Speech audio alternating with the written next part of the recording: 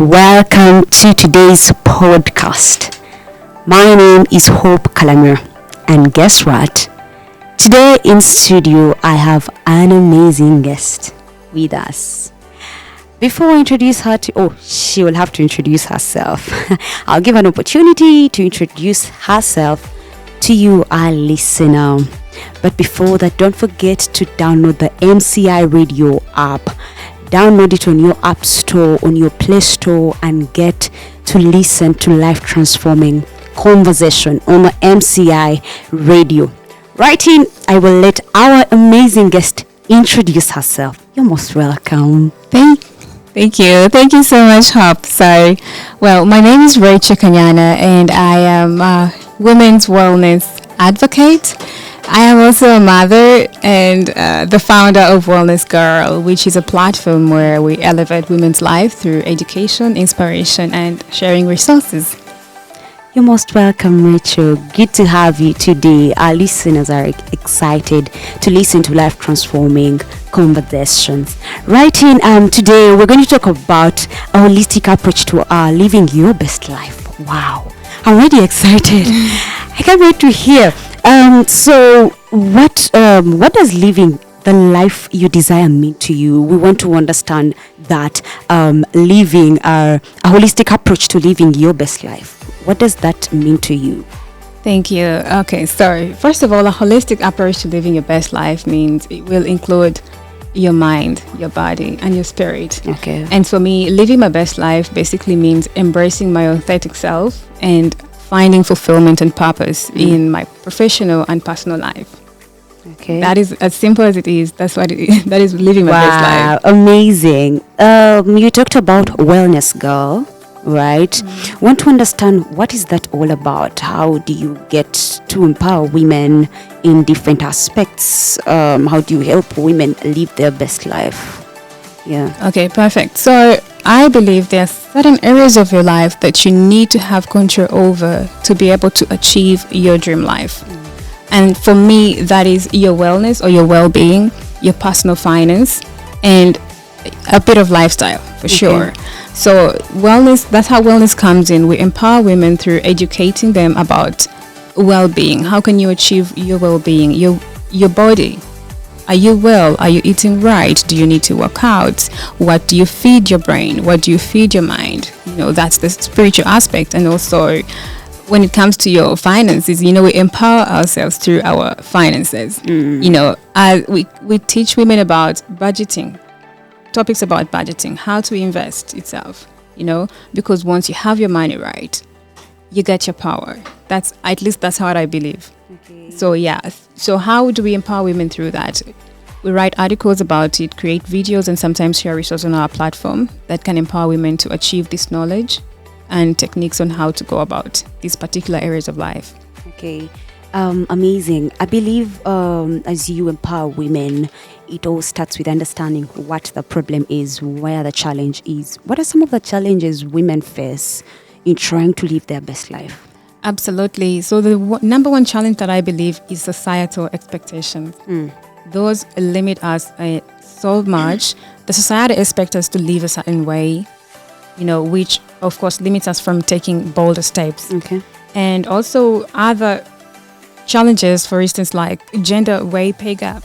That has never been resolved from way back. You find that you have a male counterpart whom you're doing the similar job with, but they're actually paid a fraction of probably more of what you are, and yet you're doing the same thing. So that alone, of course, will limit you from achieving, because it limits you from accessing resources that you require at some point.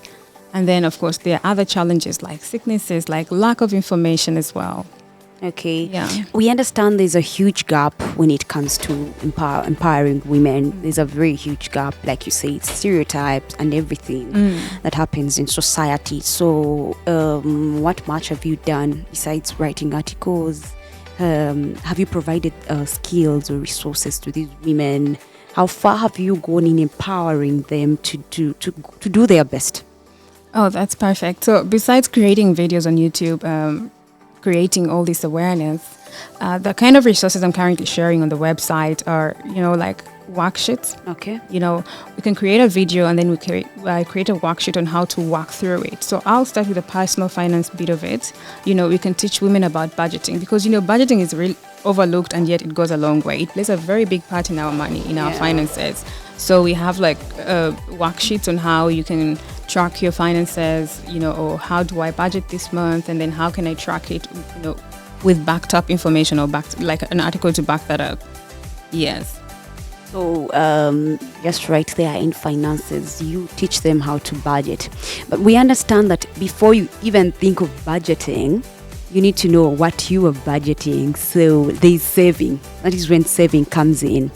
But also besides saving, there's what are you going to save? Yeah. That means it starts with what are they doing to start to learn how to save? What are they doing to learn then how to budget? Have they gotten opportunities to work and like earn some money?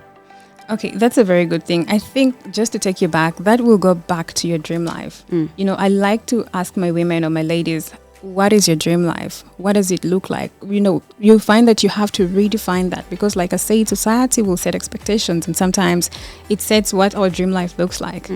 So once you redefine that, then we come down to setting clear goals. So once you set your clear goals and then we work out how we're going to achieve that. So let's say there's a goal in finance. I want to achieve my financial freedom. I want to be financially independent. Okay, well then that's good. Then are you going to work a job? How many income sources are you going to create? Then we start working on that. So once we know our why, then the budgeting comes in. Yeah. The saving comes in because now you have a clear vision on why you're doing that for, why you're saving, why you're budgeting for. Yeah, so there's quite a bit of work that goes in before all this. Well, many women have an issue, a problem of like self-doubt, limiting beliefs. What have you done or how far have you gone to like break these limitations? You know what? I feel like that is a constant battle we'll be struggling with. Even I personally still struggle with self-doubt at some point. Or like imposter syndrome. Yeah. You get ideas of your head of like, okay, Rachel, who is going to listen to you? And yet, of course, someone will listen to you, but it's just a mental thought. Yeah. So that's why, I love to do the shadow work. I call that the shadow work, but it's pretty much working with the subconscious mind, through meditations and journaling. And so personally, what I do, I like to reframe these negative thoughts or these self-doubts. I like to reframe them. For instance, is let's say I'm faced with a self-doubt or a thought that goes, oh my God, Rachel, you're going to the podcast, but who's going to listen to you? You reframe it and say, I'm so lucky and I'm so blessed to be able to be hosted on this podcast. I'm going to be able to tell my story and some amazing women are going to be impacted. So you reframe it and look at it in a positive way. Then another thing about beating self-doubt is to celebrate yourself. Yeah. Yes, you look at how far you've come. You're like, oh my goodness, I'm actually here. So that alone will work as a motivation for you to move forward. Because for sure, self-doubt will be there on every level that you go to. It just looks different.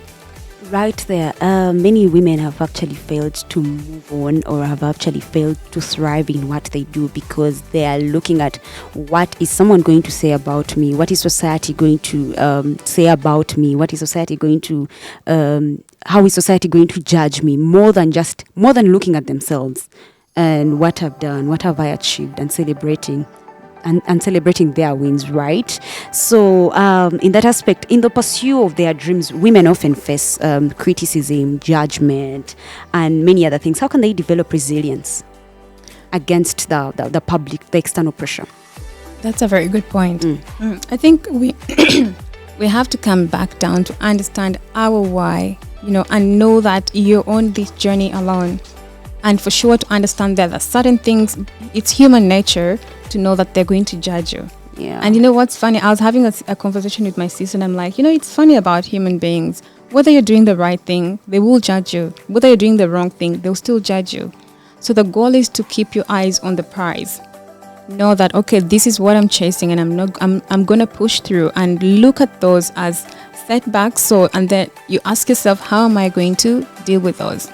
Because of course sometimes they get into our heads, which limit the choices that we make. But then you have to constantly remind yourself. And there are a couple of practices for me that I like to put in place, and I always recommend them to my girlies, like journaling, meditation. Just sit down, journal your thoughts down, write them down, revisit your goals as well. Because once you look at your goal, you won't even remember what someone said, And then also that brings me to say, maybe I can just point out about people pleasing, because I used to be a terrible people pleaser. And of course, that's when you lose yourself because you're pleasing other people. Yeah.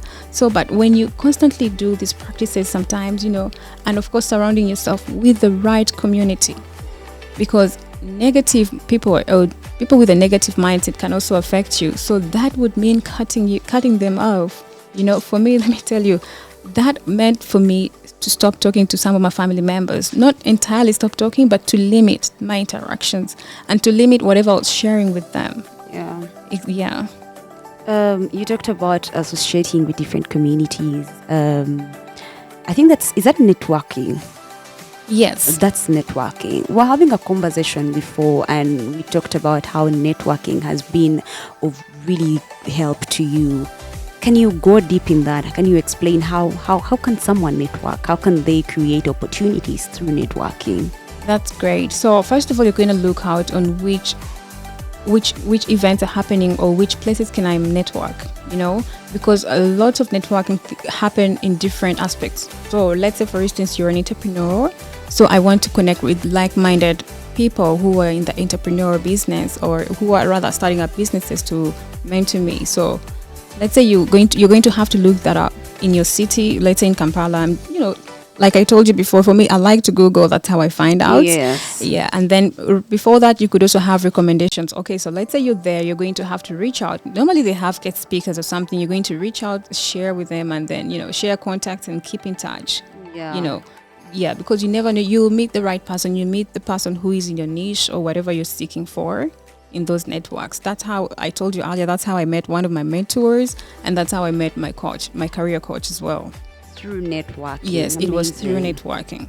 Amazing. How far has this taken you? How far have you gone with these mentors through the journey of your career? How far have they helped you? The idea of literally having someone who understands your vision and your mission, and they constantly check on you, is motivation alone on its own. So that's how we've gone. And then with my career coach, we've gone so far that I've made bold steps that were quite scary before for me to pursue, and now they don't even seem scary anymore, because I have guidance of like, okay, I'm pursuing this. I sent an email requesting for this and that, but I haven't gotten. Rachel, you need to follow up. Do not be afraid. Do not fear. So those little things where you would be afraid to pursue, now I'm able to do that because I have all these mentors that I met through networking. Great. That means coming up, getting out of your comfort zones and networking with people and finding out what's happening. How do I go about this? How can I involve myself in this to create opportunities for women? Amazing. Empowerment and confidence are crucial for transformation, right? Yeah. What strategies can women use to boost their self-confidence and belief in their abilities? Confidence is such a broad topic. I actually love it so much. But to build your confidence, first of all, it's going to start with your mind. Like we said, you've got to shift your mindset, and adopt a growth mindset. Okay. Yeah. That way, you once okay, now I've got a growth mindset, I am open to criticism, I am open to growth, then you build your confidence in the long run. Yeah. And also, like we said about community is such an important thing because you'll notice that it plays it cuts across all aspects, because when you surround yourself with the right people, then they push you, and that way you're building your confidence slowly by slowly. So let's say I want to pursue something, and I know I've got my friend who sees my vision and understands me, but I'm quite scared. They will push you to pursue it, and then before you know it, okay, I'm actually sending that email that I didn't know I would send. That is confidence. Yeah. Normally, low self-esteem is the biggest barrier for women to break through, to thrive in whatever they do. Low self-esteem, having to think about how the world is going to perceive what you're doing, having to think about if you may or may not make it. You talked about confidence. How besides the community, because you could do something and still don't find confidence. How can a woman be confident about what they're doing? Says you realize even who they are affects what they're doing. So how does someone get to be confident about themselves and what they're doing at the same time? That's great. It's going to bring me back to what I pointed out earlier, and that is celebrating yourself. Yeah. Identifying those very tiny wins, can be a very empowering thing as well. You identify that, okay, I took steps to do this. Okay, I think I'm on the right track. Let me keep moving. That is one major way that women can build their confidence in what they're doing. But also another way is to seek feedback. Yeah. Feedback can be a great motivation or a great thing to help you build your confidence, because then you also get to know if you're moving on the right path or there's something that you need to change, because something that limits us sometimes is our abilities, or we just doubt our abilities of okay, can I really do that? But you do have the ability to do it. That's why ultimately it's still going to come back to your mindset. All right. You talked about feedback. Feedback is two-way, right? It could be positive, it could be negative. Is there a difference between negative feedback? Okay, negative, by negative, I don't mean it's really, really bad. Okay, how you have a business and you get advice from a person who loves you and they're like, you know what, you're doing well here, but you need to change here, right? That's feedback, right? Normally, people perceive it as judgment. What's the difference between feedback and judgment? Because I believe feedback actually helps us grow. More than giving you positive feedback, more than telling you you're doing well here, someone needs to tell you that you need to improve here, you need to change here or there. So what's the difference between how can someone take in feedback instead of perceiving it as judgment?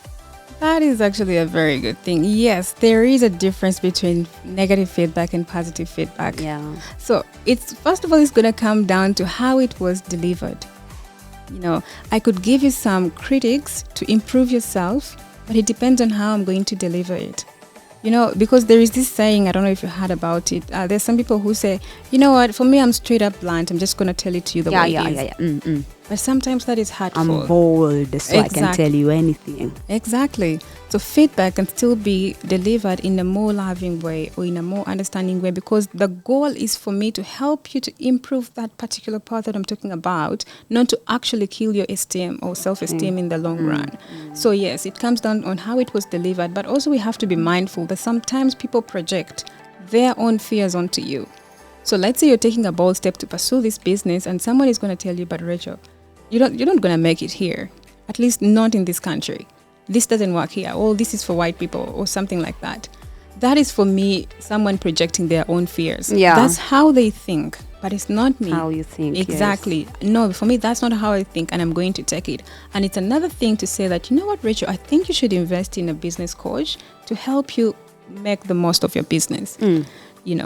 Yes, now a negative or a fixed mindset, that's when someone will say, oh, why do you think? You think I can't run my own business? Why would you tell me to invest in a business coach?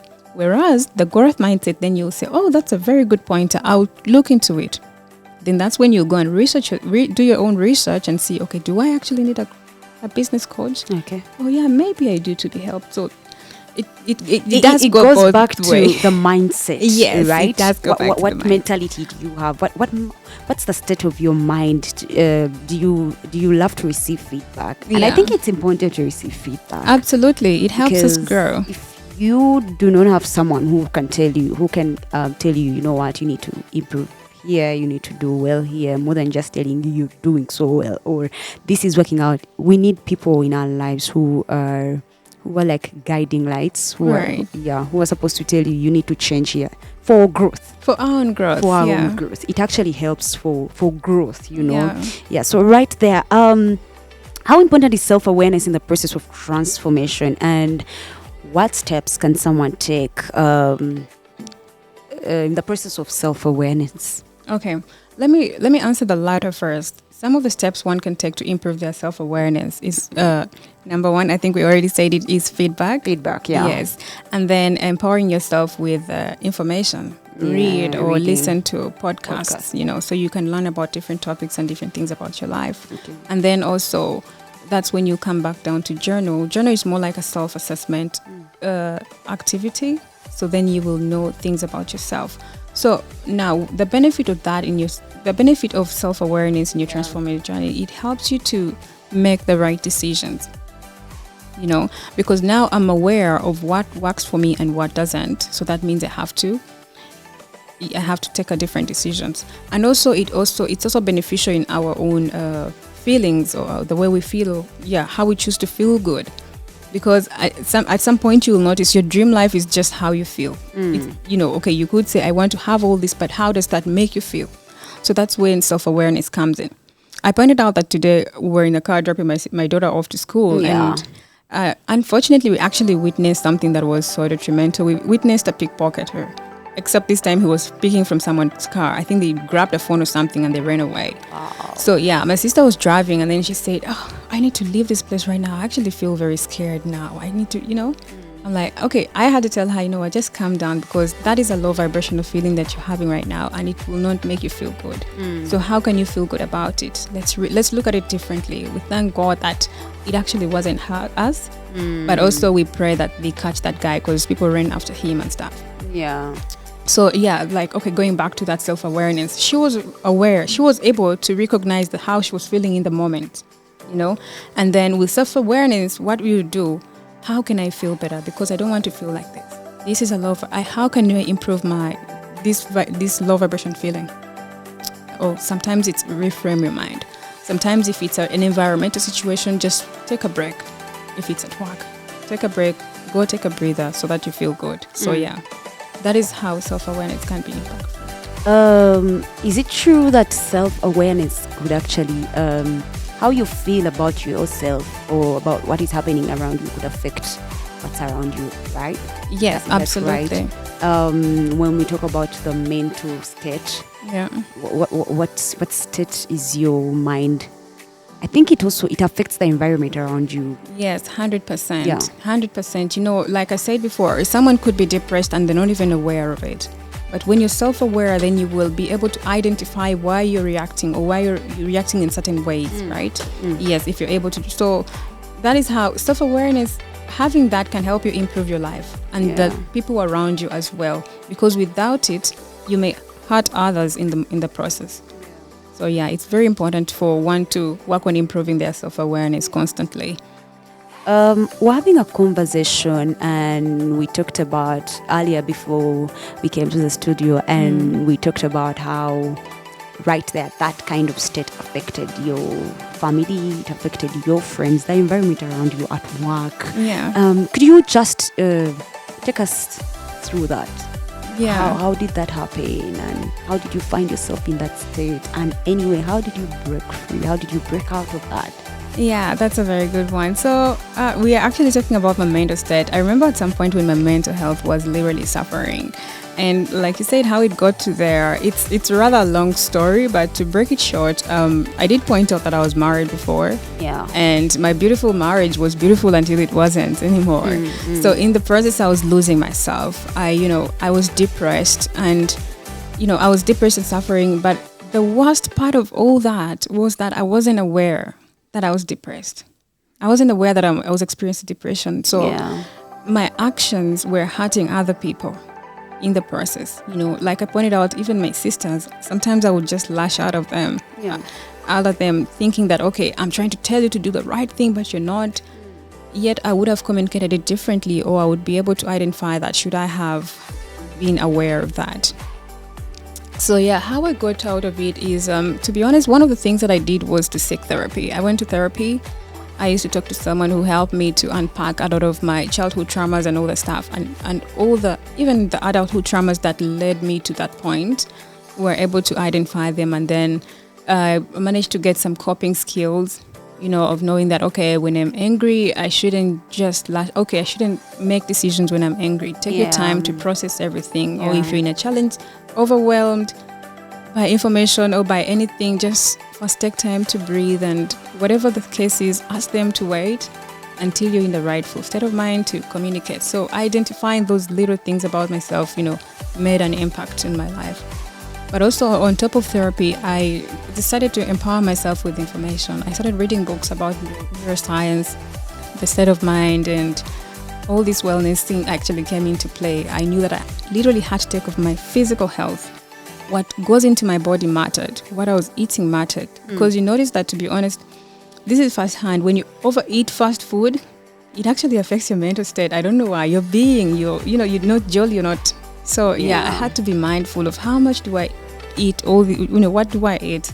And my body, do I work it out? Just to feel good, because that also boosts your mental health. Yeah. You told us how you managed to come out of that situation. How did it affect you? Did it affect anything? Did it affect your business or your career? And could it have affected your family as well? Yes, it actually did affect me. It affected my career to start with, because I literally found myself working a job that I hated, but I thought I had no choice. And of course, when I was depressed, when I had my when my mental health was suffering in the long run, I lost my self-esteem as well. Yeah. So that means I didn't even have the courage and the confidence to pursue my entrepreneur dreams, like I'm doing currently. I couldn't pursue a business because I was so limited. I was so scared, and I couldn't do all that. And then, of course, like I said, I think my relationship with my sisters wasn't really the best, and yet it could have been, because we had nothing that was limiting us, but we couldn't explore our relationship simply because of my negativity. State of mind, you didn't know what was happening, literally. Exactly. Okay, so how can women find and embrace their authentic selves while navigating society expectations and norms? That's a very good one. So I think we're going to go back to our mental health. Okay, but before we do, actually, like I pointed out, there is something that I call shadow work that I like to do. At some point that looks like going back to your inner child.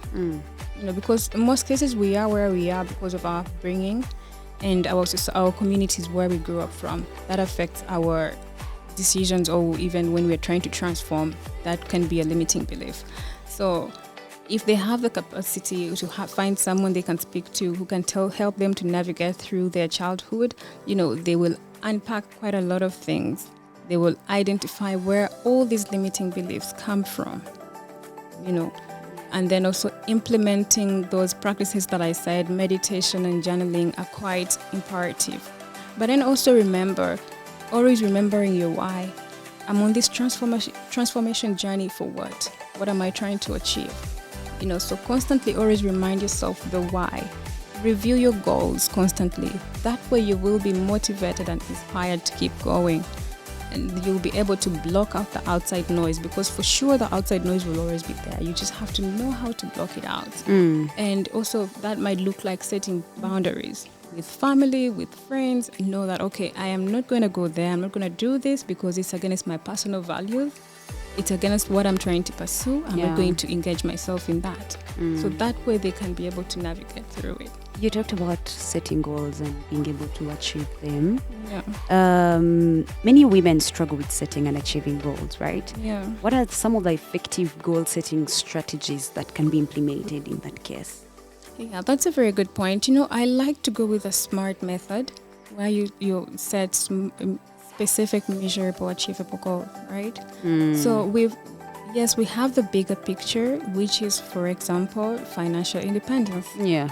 That is very specific. Okay, what does financial independence mean for you? We need to calm down. It means no debt whatsoever. Or if I have any good debt, it's going to be the good debt. Maybe I invested in a business, or I invested in a property. So let's say clear debt, that's my goal. Okay, so measurable. In how long are you going to achieve that? Do you have any debt currently? Or let's say, yes, I do. So I want to achieve that in the next 3 years.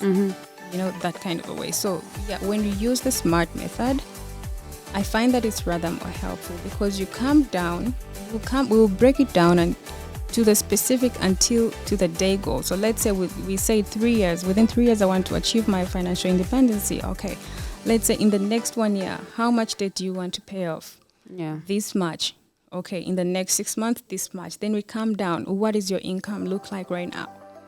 Okay, I have a salary. Is that enough for you to be able to pay it off? No, that means I'm going to have to find a side hustle to supplement my income to be able to achieve my goal. Yes. So we will go down to the nitty-gritty until we're setting daily goals. So you know that every single day I'm going to be doing something that is contributing towards my 3-year goal. Yeah. Yeah. Okay, amazing. So we understand that setting goals is actually important, but you need to consider goal setting strategies like SMART, right? Yes. I think it would be of much help to most women, because you realize some of them, the problem they're facing is not what they're doing, but not being able to understand their goals, right? Right. In so